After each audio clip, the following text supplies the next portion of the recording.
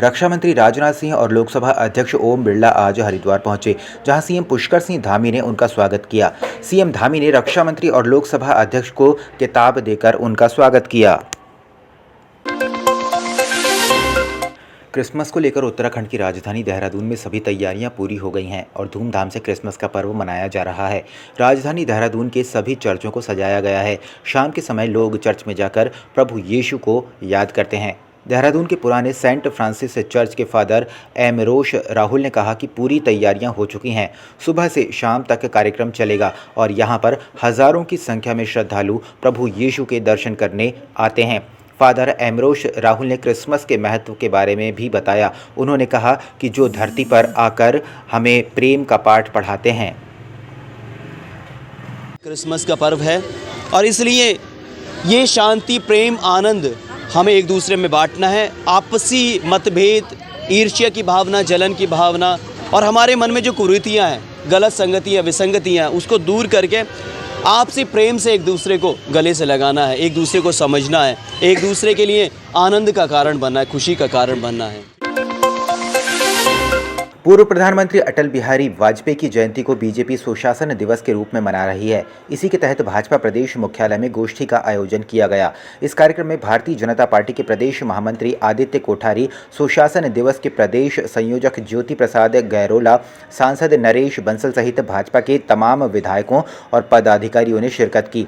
वहीं इस अवसर पर बोलते हुए राज्यसभा सांसद नरेश बंसल ने कहा कि स्वर्गीय प्रधानमंत्री अटल बिहारी वाजपेयी के कार्यों को हम नहीं भूल सकते। अटल जी ने राजनीति में एक अलग मुकाम हासिल किया है और उनके शासन काल में देश का चौमुखी विकास हुआ है। इस अवसर पर सभी में पूर्व प्रधानमंत्री स्वर्गीय अटल बिहारी वाजपेयी को अपनी भावभीनी श्रद्धांजलि भी दी।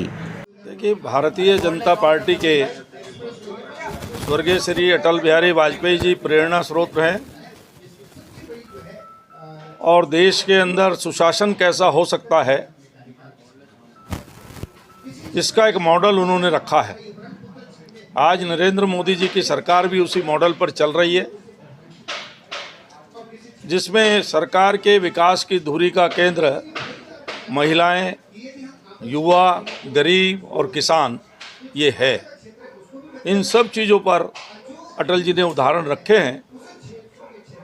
आपने देखा होगा कि अटल जी की सरकार में जिस प्रकार से किसानों के लिए काम हुआ, वो पहली सरकार थी अटल जी की जिसमें किसानों को किसान क्रेडिट कार्ड मिला, जिससे उनको ज़मीन गिरवी नहीं रखनी पड़ती थी, बैंक से लोन मिलता था उसके आधार पर।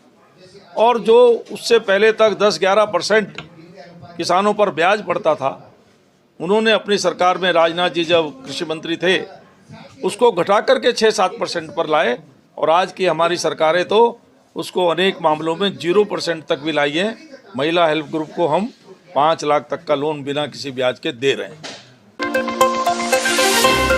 जम्मू कश्मीर के पुंछ जिले के बफलियाज इलाके में बीते बृहस्पतिवार को आतंकी हमले में वीर गति को प्राप्त हुए बमियाला गांव के नायक सूबेदार बीरेंद्र सिंह का अंतिम संस्कार नारायण बगड़ के त्रिवेणी संगम पर पूरे सैनिक सम्मान के साथ किया गया। एक प्रकार से हमें काफ़ी गर्व है हमारे भाई पे, जिन्होंने देश के लिए अपनी शहादत दी, और एक प्रकार उससे ज़्यादा दुख भी है कि हमने अपना एक भाई खोया है।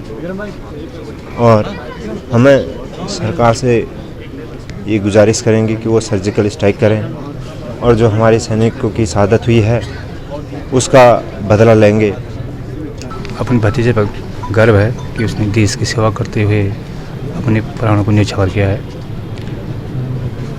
अब शासन प्रशासन से मेरी यही विनती है कि उसके 2 छोटे बच्चे हैं, घर में उसकी विधवा है, बूढ़े माता पिता हैं, उनका सही ढंग से बच्चों का पठन किसी अच्छे विद्यालय में हो, ये शासन प्रशासन से विनती है।